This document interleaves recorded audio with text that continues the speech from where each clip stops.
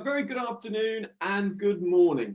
Welcome to HYCM's live trading workshop with myself, Giles Cochran. Hope everybody is doing well. Good to see you, John, Sean, Warren. Glad you could make it. Now, just as folks are coming into the meeting, just want to run through the disclaimer, making clear that this webinar is from an educational perspective. The idea is that you look over my shoulder, you see how I'm go about making trading decisions, and those trading decisions over time will help you learn from me. And the idea is that you put those trading decisions and that thought process into your own trading. So it's not a question of, I give these different trading signals and you follow them. Just to make that clear, I know our long-term readers and listeners really understand exactly how that works. Now, the key concept we're always looking at when we're trading FX is this concept. We want strength against weakness. If you think of this image, you have all you need to understand the overarching principle that governs all currency transactions. You're looking for strength and you're pairing it against weakness. And just as you can see in this illustration, you have a very big arm. And if you just look at the, you can see the size of that muscle. No, it's not my muscles. But these huge arm, you can see that on a balance of probabilities, which of these two arms would you expect to win an arm wrestle? This huge arm or this relatively much smaller arm? Well, you'd expect the larger arm because it just looks more powerful. This looks like a heavyweight bodybuilder, and this is someone who's just got a regular arm. So you'd expect the strong arm to beat the weak arm. When we're trading, we're always looking to back strength against weakness, okay? And we want to find a strong currency against a weak currency. And this week, there's a really good example for us to run through. And I'm going to run through that with you. And that will just be a really good way of highlighting that workshop. So it's some nice swing trades that are potentially setting up. And I'm just going to run through and go over to the charts. And then what I'll do is I'll run through what to expect from the Jackson Hole Symposium, because that's a very big meeting with Jerome Powell due to speak. And I'll run through what to look for that. We have some speakers coming up tonight. Kaplan at 3:30. He could really move markets. And so I'm going to show you exactly what to look for with Fed's Kaplan. So without further ado, we'll go over to the main screens and we'll take a look here. Now, we're looking to pair strength against weakness. And one currency pair that we're looking at is the euro and the New Zealand dollar. Now, I'm going to explain to you that the New Zealand dollar has some significant reasons for strength. Now, I'm just going to run through what's been happening with the New Zealand dollar, and that should help make things clearer. So I'll take us through the narrative, because these are the narratives you need to follow. And when you understand these narratives, it really will help you. So we saw, heading into the last Reserve Bank of New Zealand meeting, the New Zealand dollar was gaining strength. Now, the euro is expected to have a sort of a general weak bearish outlook, okay? And going into the RBNZ meeting, we had reasons for New Zealand dollar strength. The New Zealand dollar was impacted by some really high inflation, came in at 3.3% year on year, the highest reading in 19 quarters. The jobs market was fantastic for New Zealand. There was 4% unemployment rate versus 4.5% expected. And the general expectations, the four largest investment banks in New Zealand were all expecting the Reserve Bank of New Zealand to hike rates in October, November, and December. So expecting 3 hike rates. And remember, if you're new to trading, when interest rates rise, you see inflows into a country's currency. Now, the reason for that is because you get more interest with a higher interest rate currency on your deposit. So that means it's attractive to bring money into that currency. So if if you get sort of 4% interest rates, say for instance, or you can see that 2% interest rates are coming for New Zealand, then you would move your money into New Zealand dollars. That's why the New Zealand dollar strengthens, so you can benefit from those interest rates. And there's also something called the carry trade in the FX markets, and you get a slight percentage calculated at the end of every day. You get paid interest for holding that currency. So that's what was attracting the New Zealand dollar in. So I was short Euro and New Zealand dollar, took a clip off when we moved down lower, and then it re-entered when we moved up higher. Then on this day, you see the sudden rise. Now that was on some specific news. The specific news was this: the country of New Zealand, which had been so good at keeping COVID-19 out, had its first COVID case in like 6 or 9 months. Disaster, horror. It was the day before the Reserve Bank of New Zealand's interest rate meeting. So all those hawkish expectations went instantly. And so you can see that the euro suddenly gained heavily against the New Zealand dollar. The New Zealand dollar lost value. And that was because interest rates were no longer expected to hike. They were expecting interest rates to stay on hold. And all of a sudden, those bullish bets were unwound quickly in a panic move. But the RBNZ met, yes, they didn't raise interest rates, but they did still keep the projections for interest rate hikes alive. 1 this year, 4 next year. So they were actually projecting interest rates to rise at a higher rate than the market was expecting. We then had Governor Orr came out after the meeting and he said, well, one COVID case isn't going to ruin our outlook. We're not expecting COVID-19 to hinder the economy. We're expecting this to be a slight bump in the road, and the interest rate hikes are still needing to come for the economy. So hawkish, market digesting what he's saying. Then yesterday, we had this very hawkish comment from RBNZ's Hawkesby, the vice governor. And he said, well, we were wanting to hike rates by 50 basis points at the last rate meeting. And the only reason we did it is not because of COVID, he says it's because of communication issues. So in other words, the RBNZ, the governor and the vice governor are both saying we're not worried about COVID in New Zealand. They're confident that the COVID situation can be brought under control, and they're confident that the COVID cases won't hinder the New Zealand economy. And I was thinking about this, and it made sense to me, because it doesn't matter how communicable a disease is, if you're not in contact with other people, it can't spread. So even though the Delta variant, and the Delta variant is in New Zealand at the moment, once the country's in lockdown, it went immediately into a national lockdown 4 level. And cases today were 63. The peak of cases was 89. I think this is a confident scenario for New Zealand to control this latest outbreak.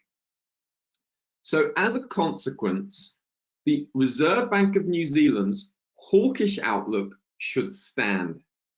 And they are expecting interest rate hikes this year and 4 next year. So against the euro, I'm expecting the New Zealand dollar to strengthen. So one key area, break down below that level, and that will be a key level. This is possible to enter at market with stops above 1.7190, or even I've got stops running about 1.7095.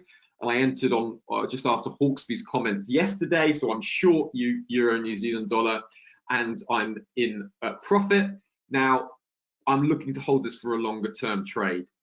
Now, what would negate the outlook? You always got to think this. What would negate the outlook if all of a sudden the outlook for the ECB, for the Eurozone suddenly ticks up? If there's suddenly good news for Europe, or Europe change their projections, or the ECB start tapering, then that will change the projections. So 2 other pairs to consider, and I am in both of these pairs. the other one is New Zealand dollar Swiss franc. Now, if you look at this from a monthly perspective, you can just see on this key trend line here, we've got price just testing this trend line. So I expect buyers at market, stops below 0.620, looking for a move back up to that 200 exponential moving average. Okay, so buyers at market and stops can just be run below here and looking for moves higher. Okay, that's nice and clear. With the 100 exponential moving average, get back above there. If you're a conservative trader, the other option is go just with a break of that trend line. I would probably go for a break of that trend line as well, and add to my position. I got into it yesterday, so I'm in some healthy profit there, and looking for this to keep moving higher, targeting up towards that 0.6700 region. Now, what would invalidate the outlook? Obviously, if the Delta variant gets worse in New Zealand, if the RBNZ change their economic forecasts, and if there's a lot of strength coming to the Swiss franc. What would give the Swiss franc strength? If there's risk-off trading, that would result in the Swiss franc losing value. So, but you can see here, can't you, that is a good potential upside in the pair, based on those fundamental shifts. Now, the other currency pair that's worth considering is the New Zealand dollar Japanese yen. The Bank of Japan, like the Swiss National Bank, has got very low interest rates, and those low interest rates are expected to continue. You can see the monthly chart rejecting that 200 exponential moving average, I think that is. Let me just double check that.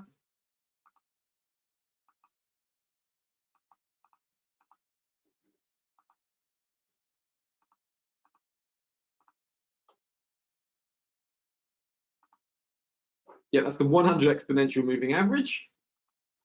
See price rejecting it clearly, and that means it's possible to buy at market, looking for a potential run higher into the end of the month, or looking to buy any retracements lower. And you can see this 100, 200 exponential moving average is a great area. Also notice this is the neckline of a head and shoulders pattern. So you've got left shoulder, right shoulder, head. If you need any help trading the head and shoulder pattern, I go into it in some detail here. And if you just look at trading insights, this is my blog. So make sure you check out my blog. I put information up here every single day. And let's just see.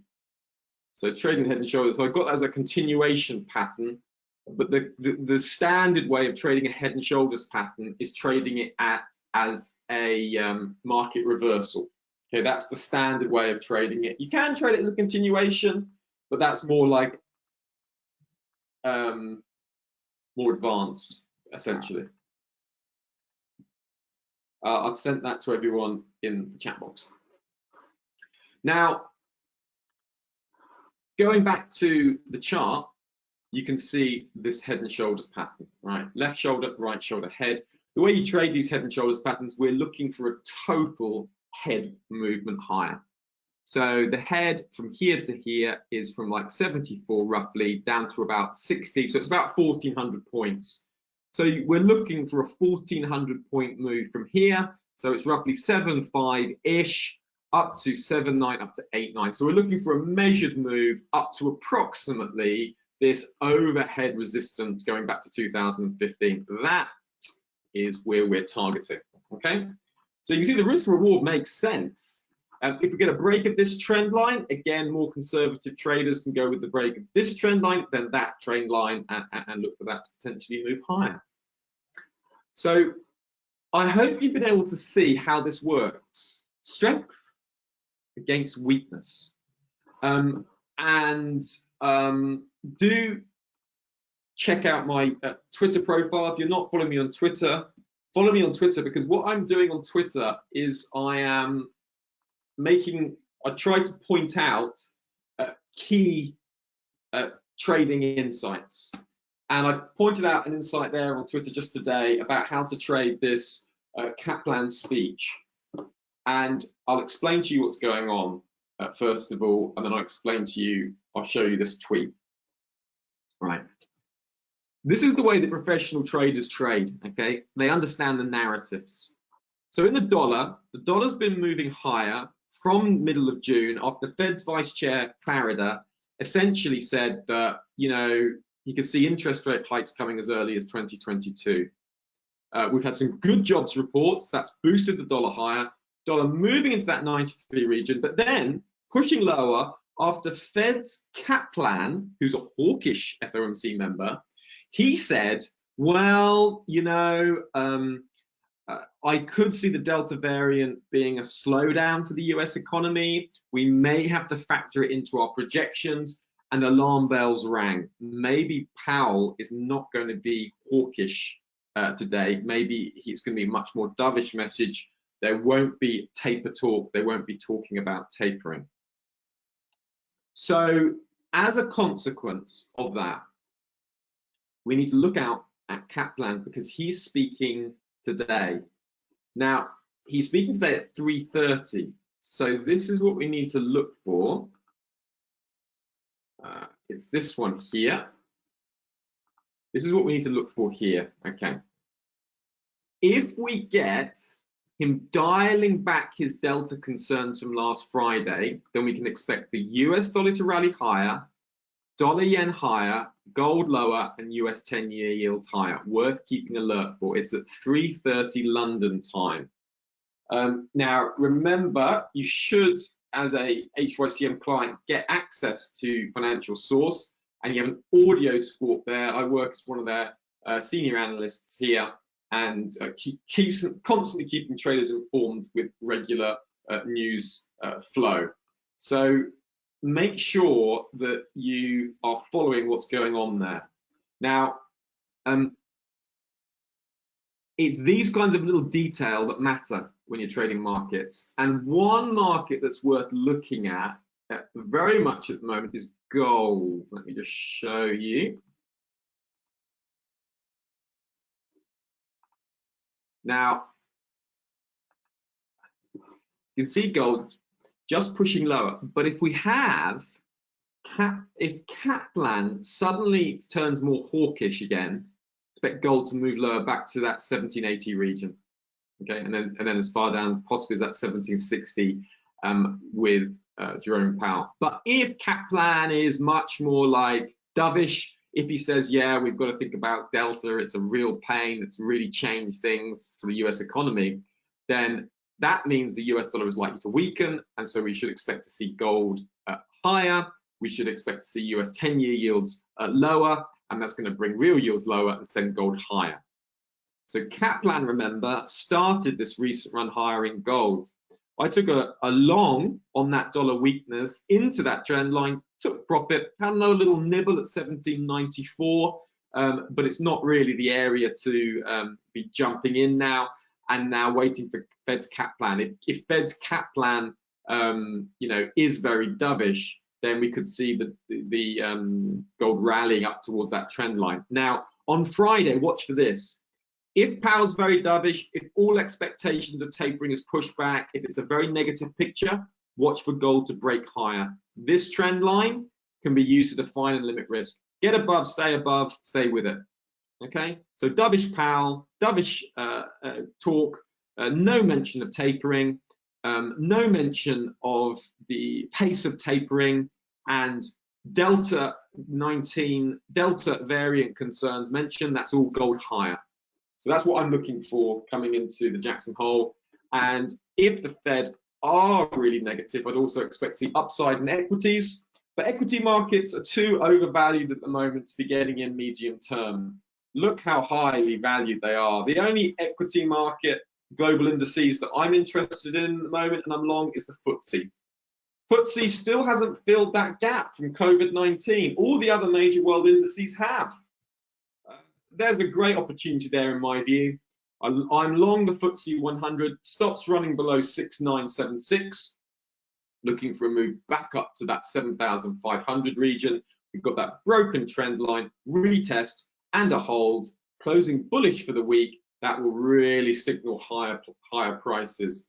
But if the Fed is really hawkish and they are really talking about, early tapering, raising interest rates, expect global equity markets to fall. So, not interested in any of the US stocks from these levels. Would consider dip buying from key levels, but the only stock that I can see of indices of worth any value is the FTSE 100 right now. But that's going to be dependent on the Fed. So I've been long for a bit now in the FTSE 100. It's not necessarily one to chase, but just to be aware that if the Fed are looking at US policy normalization, tapering, raising interest rates, you expect global indices to fall. People talk about a 5 to 10% correction expected in the S&P 500, for instance. This is what a 5 to 10% correction would look like, 4,250 or as far down as 4,000. So I'd consider buying in again medium term around 4,000. That would make sense. You see that these corrections in stock markets are fairly common. These 3 to 5% corrections happen much more often than people think. So just to be aware of that as well. Folks, I hope that's been helpful. I've keyed you into the key things that are happening. New Zealand dollar, medium-term upside still there. Look to pair it against weak currencies. I've given us 3: yen, Swiss franc, and the euro. If the US dollar weakens, New Zealand US dollar upside would also make sense as well. So if we start to get definite reasons for a weak dollar, then take a look at the New Zealand US dollar pair. Remember that the big concern of the US is these rising COVID cases. Jackson Hole, 140,000 cases per million, 12,000 in June, 64,000 in July's FOMC. So at the Jackson Hole, they're going to be 140,000. So this is going to weigh on the Fed. Also, the Fed are meeting remotely. Not the Fed. Powell's message will be remote. So this is what the US are going to be concerned about: rising deaths. Not good. Yes, there's cases rising in the UK, but the deaths are not rising as high as they are in the US. So there's plenty of reasons for the Fed to be dovish, for Powell to be dovish rather. Now, this will also mean moving forward is job status will become very important in September. Now, I'm away on holiday for 2 weeks now, folks. So I won't be here on Monday next week, or Wednesday next week, or Monday on Wednesday next week afterwards. So that New Zealand dollar yen, New Zealand dollar Swiss franc, New Zealand dollar euro, New Zealand dollar trades can potentially last for a few weeks. So just monitor the narrative, use it as a learning curve. I thank you for a lovely year so far. Thank you for many of the regulars who attend this workshop. It's been an absolute pleasure navigating our way through the markets for us. I hope you have a very good rest of the day. I'm looking forward to a lovely vacation, but I'm scheduled to be back here September the 13th. So I will be unpacking the latest moves that we've had that are significant while I've been away. And I will also be looking forward for that current week. So thank you all very much, and I hope you have a very good rest of session. Yeah, thank you, John. Thanks, everyone. Goodbye now.